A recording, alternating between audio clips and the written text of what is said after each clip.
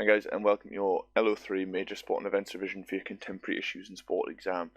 When we're thinking about major sport and events, the first thing we should be thinking about really is the regularity of that major sport and event. We have a few different sort of categories. We've got one-off, regular and recurring. So we'll start with one-off. It's an event that occurs infrequently at the same location, so not very often at the same location. And this is usually once or twice in a lifetime.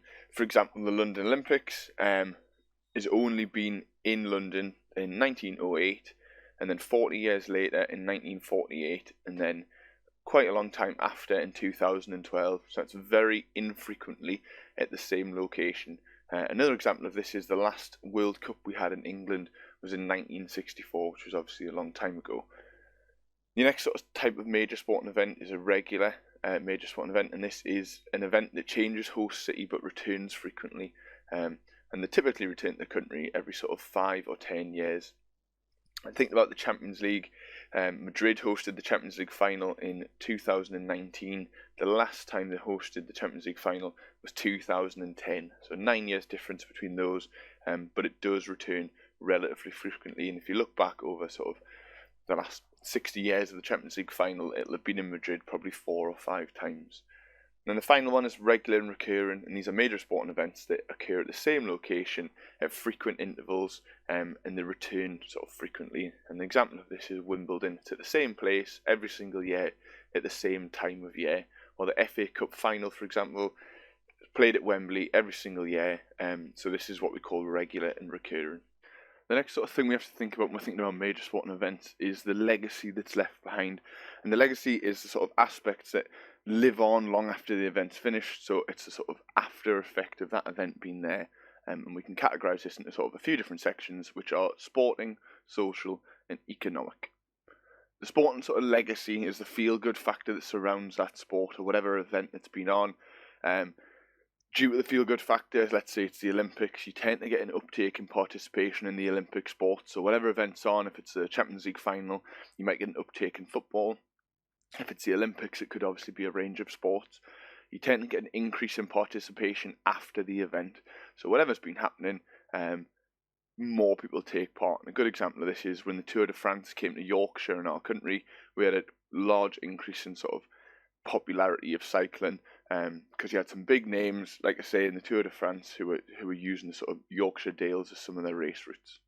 The next thing sort of linked into sport and legacy is the role models that are created. So if someone does particularly well in a major sporting event, that creates role models, which again increases sort of the popularity and wants people to get into the sport, and it gives someone to look up to.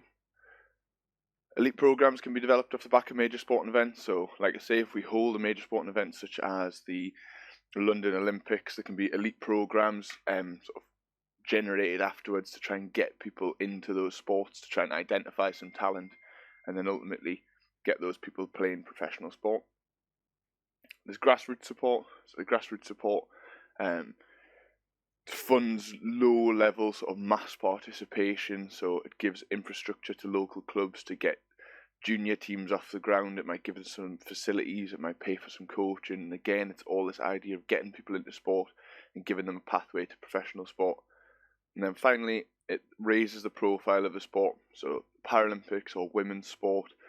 When you have a major sporting event that comes, the sport and legacy left behind in those sports that maybe aren't watched as much has quite a large impact, just to try and get people into sport. As it's on the media, you see it when you're driving around. You might see adverts for it. The BBC might do free coverage of it, for example, which just raises the profile of those sports.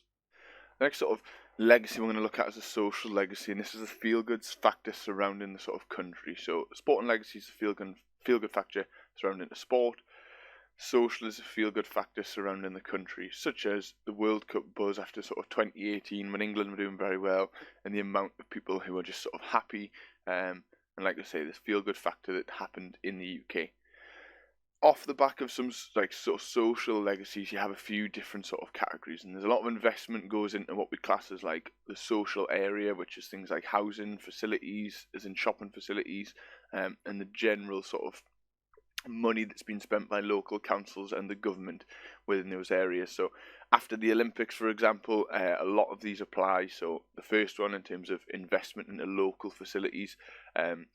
When the sort of London Olympics went to London, there's some areas of low socio-economic or low social deprivation where there was a lot of money invested in the local area, whether it be new houses or a new shopping centre in the case of London, with some brand new sort of shops in what was a relatively rundown area, and that improves the area that those people live in, and it makes the area more desirable to be there, and you get more people into the area wanting to shop, which again just continues to generate money, which has a sort of snowball effect. It also improves social inclusion. So after events such as the Paralympics, social inclusion, people sort of see it as more normal, and as they should, that people have disabilities, and actually that disability doesn't hold people back. But because it's been at the forefront of what's in the media and on the television, people are a little bit more understanding, and that improves the general social inclusion within a sort of community. There tends to be less unemployment after a major sporting event. So again, looking at the London Olympics, because it was local to us, the shops and the houses that were built, they require tradesmen and builders. Then once the shops are built, you have people who work in those shops, and the general employment in the area goes up because there's more employment from these sort of sectors. And then finally, in terms of improved infrastructure, things like transport links vastly increase. So they might put in new sort of train stations, they might put in new bus stops, new bus links, different cycle lanes, all to make that area more accessible. So prior to sort of major sporting events, sometimes those areas aren't accessible to get to, and people might have to walk quite a long way. If the nearest train station in London could be a mile away, they might put a new one in for the tube, or they might, like I say, add bus links or cycle paths, and again it all increases what we call footfall into the area, which makes people more likely to return, and then ultimately more likely to return regularly to spend some money, so this snowball effect sort of takes place. There's also economic investment. So in terms of an economic legacy, this is the money that's left afterwards. So after a major sporting event, what's the long-lasting monetary or economic effect of having those games? The first thing is, like we're talking about before, so not only do we have improved infrastructure, but actually there's a lot of investment into infrastructure in the area.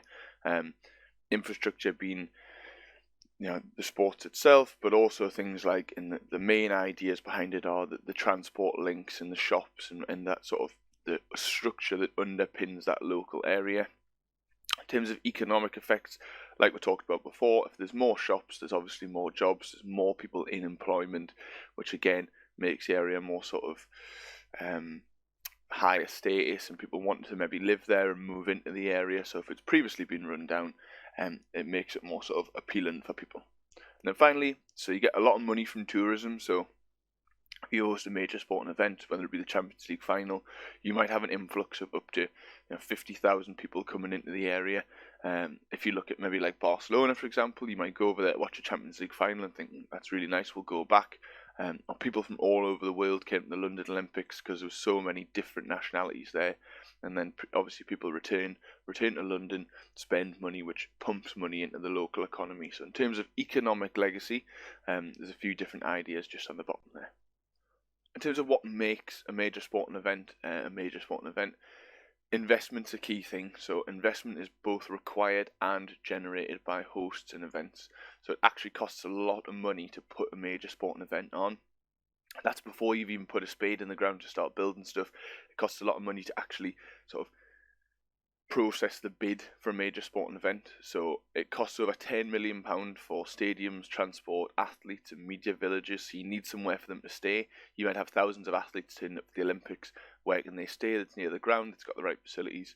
But also major sporting events, after we have that initial investment, they also generate money, and that's from sponsorships to help cover sort of the costs of the event, such as Coca-Cola have a £3 billion deal with the Olympics. So they sponsor the Olympics, and that money sort of helps recoup some of the costs that have been spent putting into that sport or into that major sporting event.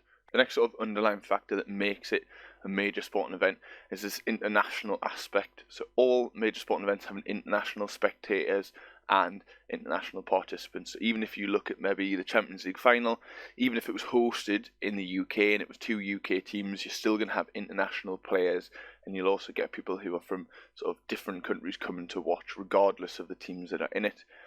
This sort of increases inclusion of multicultural society, so it brings in sort of different cultures, different religions into one sort of unified stadium or unified event, and sort of brings those together to improve inclusion. These international aspects sort of help to support hosting the events. Like we said before, an event can cost a lot of money, potentially 50 million to put on. So the money that comes back from these international participants and international spectators helps to sort of fund that. So money comes in from sort of ticket sales, hotels, tourism, and it can help promote the sport internationally. So it gets the sport out there, and then the next time you might have even more people who potentially want to come. The next time a major sporting event's happening in your country, they might look at it and think, oh, that looks nice, and try and get themselves along to that.